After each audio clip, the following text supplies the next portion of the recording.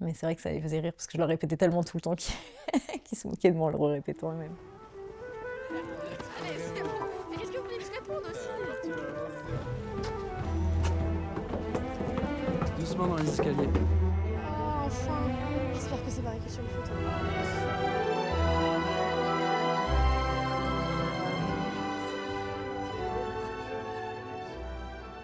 J'ai fait les arts décoratifs de Paris, en cinéma d'animation, pendant 5 ans du coup. Ensuite, j'ai un peu cherché ce que je voulais faire. J'ai fait des clips pas mal. J'ai fait des films de commande. Et puis après, je me suis dit que j'avais vraiment envie d'écrire un film. Et j'ai réalisé le court-métrage Été 96, qui raconte l'histoire de Paul, un petit garçon qui va se retrouver sur une île bloqué pendant un pique-nique, coincé par la marée, et qui va traverser ses peurs et grandir en une nuit. Et j'ai eu la chance de recevoir le César du meilleur film du court-métrage d'animation en 2024 pour ce film. Un sourire. Salut. Pour retrouver le rose initial de ta joue devenue pâle.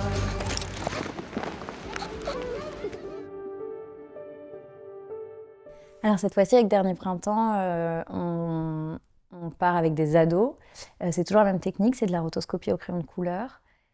Mais j'ai voulu pousser un peu plus loin le travail sur la couleur, ajouter de l'animation traditionnelle, donc pas que de la rotoscopie, mais en extraire par moment. Mais c'est dans la continuité, ça se passe encore sur une île et pendant des vacances. En fait, je crois que pour moi, l'eau, c'est un endroit de transformation.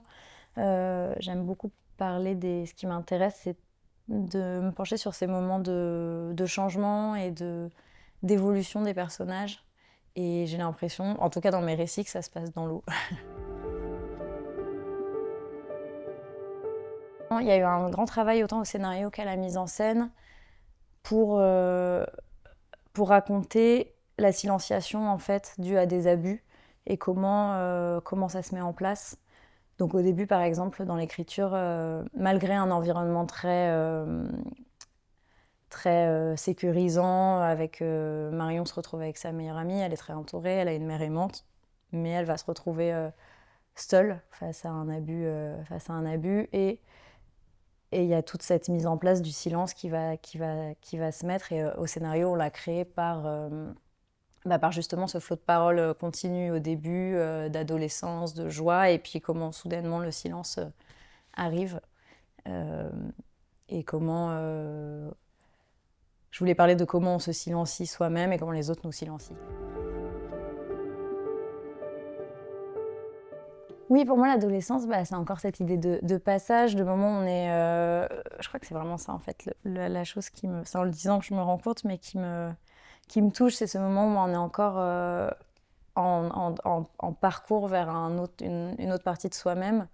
Et comme dans l'été 96, c'était cet enfant qui va grandir et se rendre compte de son individualité. Ici, c'est Marion qui a l'air encore, et c'est ça l'adolescence que je trouve beau, qui est encore très enfant, mais finalement est en train de jouer, de se rendre compte de son pouvoir d'attraction, d'être concerné par des choses plus adultes, et va finalement aller de l'un à l'autre en permanence.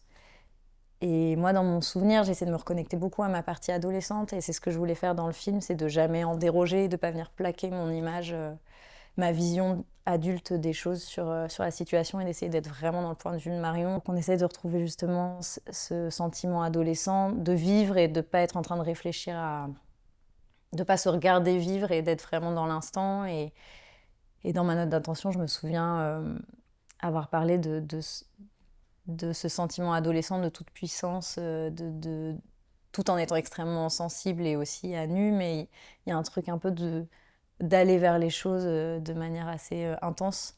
Je me souviens beaucoup de l'intensité pendant l'adolescence, et c'est ça que je voulais retranscrire. Et également la place très forte de l'amitié que j'ai voulu mettre au centre du film, avec son amie, et Camille qui est sa meilleure amie, à qui elle dit tout, mais aussi de leurs deux amis, Rémi et Mehdi.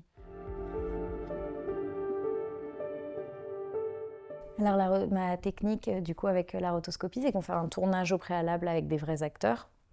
C'est vraiment un tournage classique, mis à part qu'on a souvent les perches dans le champ et des micro-cravates un peu collées partout. Et puis que finalement, le décor, ça, on le retravaille, donc c'est pas grave si c'est pas exactement le bon décor. C'est surtout, moi, ce que je viens chercher, l'acting, l'émotion. On perche en son direct, donc on a un peu tous les accidents du vrai tournage, les émotions. Moi, ce qui me plaît dans cette technique, c'est qu'on j'ai l'impression que ça la rend un peu documentaire et que les personnages sont très incarnés. Une fois qu'on a fait ce tournage, on fait le montage, qui est finalement un peu comme mon animatique. Et ensuite, je vais venir imprimer tout le film. Cette fois-ci, donc on passe de 25 images par seconde à 8. Et là, on redessine image par image le film, en venant le réinterpréter quand même par le dessin. Pour cette fois-ci, donc dans Dernier Printemps, j'ai voulu rajouter de l'animation 2D pour un moment où c'est une séquence où elle fait du volley et elle a fumé un joint et donc elle a une vision assez distordue et j'ai voulu jouer avec l'animation pour justement m'extraire de la rotoscopie et être encore une fois toujours au plus proche de ses perceptions.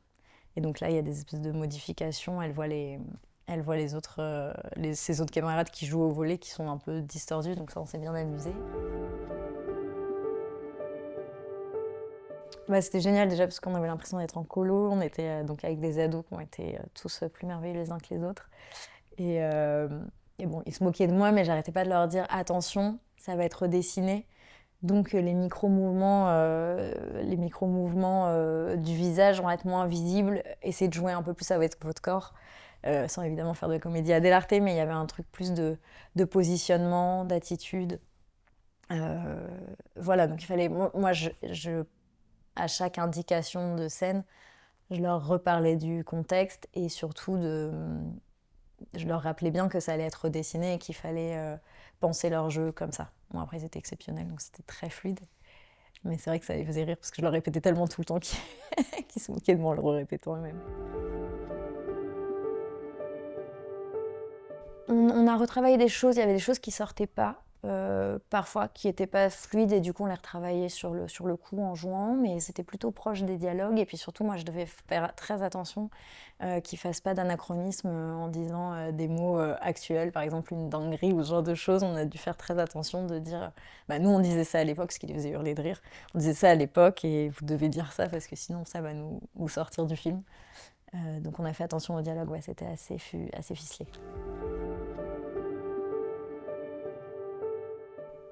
Comme je viens de l'animation, en fait, je peux pas m'empêcher de faire un storyboard, ce qui a fait autant halluciner que énormément aider ma première assistante, parce qu'en fait, on avait un cahier. Moi, je fonctionne avec un cahier, des post-it sur lesquels je dessine vraiment comme je le ferais pour de l'animation. Et du coup, en fait, c'était génial parce qu'on avait toujours le cahier sur nous. Toute l'équipe, on le montrait à toute l'équipe, donc tout le monde savait où se placer. Moi, je trouve que c'est un support extraordinaire et comme j'ai la chance de savoir dessiner, en fait, c'est un médium génial pour tourner. Tout le monde était d'accord. Et puis, le soir, parfois, quand ça rentrait pas dans les plannings, on avait cet outil-là avec ma première assistante pour décider de ce qu'il fallait enlever, comment faire. Je me souviens qu'on bougeait les post-it, qu'on barrait certaines choses, qu'on retirait. Et en fait, il y avait une espèce de facilité à se parler parce qu'on parlait de la même chose, parce qu'on avait un dessin de référence. Et c'est assez rigolo quand je réouvre le cahier de me dire que c'est vraiment les mêmes plans. Déjà, j'ai l'impression qu'avec l'animation, on peut aller plus vite au cœur des gens, qu'on vient toucher on vient plus vite dans le sujet, plus vite dans l'émotion. Et moi, cette passe de réanimation dessus, c'est une manière de me réemparer du récit. Je laisse beaucoup de blanc autour de mes personnages. C'est un peu comme si j'étais le focus d'une caméra et je vais venir diriger le regard du spectateur là où ça m'intéresse et mettre en emphase ce qui sert le récit et j'élimine. En fait, j'écrème mon image, je laisse vraiment l'essentiel. Et en ça, je pense que ça amène une passe d'émotion et de ressenti qu'il n'y aurait pas avec de la prise de vue réelle. Enfin, je redessine. Ça n'a aucun intérêt de faire un film en prise de vue réelle pour le redessiner entièrement si je redessine tout exactement. Donc moi, c'est une manière de réinterpréter ça. Comme j'aime bien l'animation réaliste, c'est une manière de me rapprocher d'un style d'animation que j'aime, mais tout en le réinterprétant beaucoup.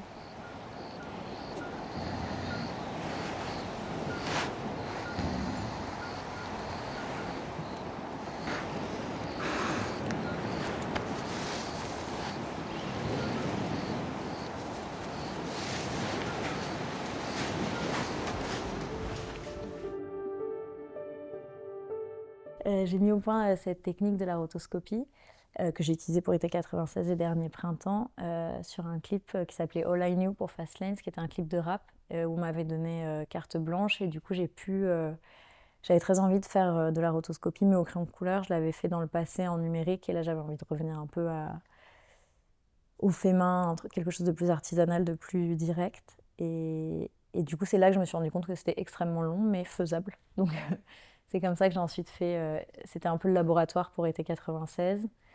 Et puis là, après avoir fait été 96, j'ai vraiment pu pousser en apprenant de mes erreurs, notamment d'avoir fait des plans dans une voiture qui bouge, donc ce qui faisait redessiner un décor en permanence. Donc, donc j'ai appris de ce tournage et j'étais plus. C'était génial parce que là, j'étais beaucoup plus efficace. On était beaucoup plus efficace. On a eu une équipe plus fournie, donc ça, c'était vraiment génial. Et là, j'ai notamment fait des plans plus fixes. En fait, j'ai décidé d'avoir des plans plus fixes où les personnages viennent vivre dans le champ, ce qui me faisait gagner du temps, mais qui également devenait quelque chose avec lequel j'étais très confortable, un peu comme un théâtre. Je voulais effectivement qu'il y ait le groupe de la classe, leur groupe de 4 à eux qui sont en train de vivre leurs aventures, leurs émotions, toutes ces exaltations adolescentes. Et au milieu de ça, Marion qui, par la mise en scène, que j'ai essayé de faire se retrouver souvent seule, effectivement. Il y a notamment un plan où elle va décider de rejoindre le prof dans la pinède et en fait, ses amis avancent pour la laisser seule à l'écran. Voilà, c'est vrai que là, dans ce nouveau film, j'ai pu vraiment me pencher sur la mise en scène que j'ai adorée pour sans rien dire puisque rien n'est explicite et que c'est que sur le silence que ça joue, comment on montre que ce personnage se retrouve seul et va se retrouver seul et face à quelque chose qui lui arrive et dont elle n'arrive pas à parler. Donc c'est vrai qu'il y avait toute cette...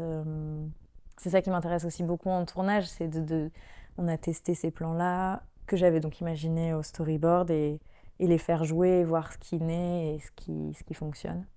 Et ça, j'y prends vraiment beaucoup de plaisir dans cette partie de tournage aussi, quoi. C'est plusieurs étapes de création, mais qui se nourrissent toutes les unes et les autres et que j'aime beaucoup faire cohabiter. Les dessins, je sais plus, c'était 5000 sur été 96, je crois. Ouais, on doit être autour de 5000 dessins. C'est 8 images par... 8 images par seconde et il y a 15 minutes de film. Alors, cette fois-ci, on a eu la chance immense d'être en résidence à Cyclic Animation. Donc ça, c'était génial parce que du coup, ça, c'est encore quelque chose qui a changé sur ce nouveau film. C'est que j'ai été entourée d'animatrices et on était au même endroit et on a pu vraiment travailler ensemble. Il y avait aussi la chef décoratrice qui était là. Et du coup, tout était affiché au mur. On avait une vision d'ensemble et puis... Du coup, cet avantage de la résidence, c'est qu'on est vraiment pendant plusieurs mois ensemble, on pense qu'à ça, enfin moi je pensais qu'à ça et on était dans une espèce de cohésion, on a eu une force comme démultipliée, quoi. Et ça, c'était vraiment génial d'avoir ce moment-là de création pure ensemble. Et puis on était entre filles, enfin il y avait un truc, c'était que des femmes et j'ai trouvé ça très beau que tout le monde s'approprie le récit et vienne le raconter ensemble. Et d'ailleurs, toute mon équipe est quasiment féminine et je crois que c'était très important pour moi de se retrouver à parler de ça ensemble, de quelque chose qui nous touche toutes à différents niveaux et de comment on en parle ensemble, comment on fait ce film ensemble et comment chacune en fait amène sa pierre à l'édifice et finalement son récit aussi, plus ou moins personnel ou juste son récit de femme dans la vie. Je pense que ça suffit déjà dans la société et comment ensemble on monte ce film. Et ça, j'ai trouvé ça très très fort sur ce film. Je suis vraiment contente de toute cette expérience humaine à tous les niveaux de création en fait du film. Il y a eu une énorme cohésion et ça c'était génial.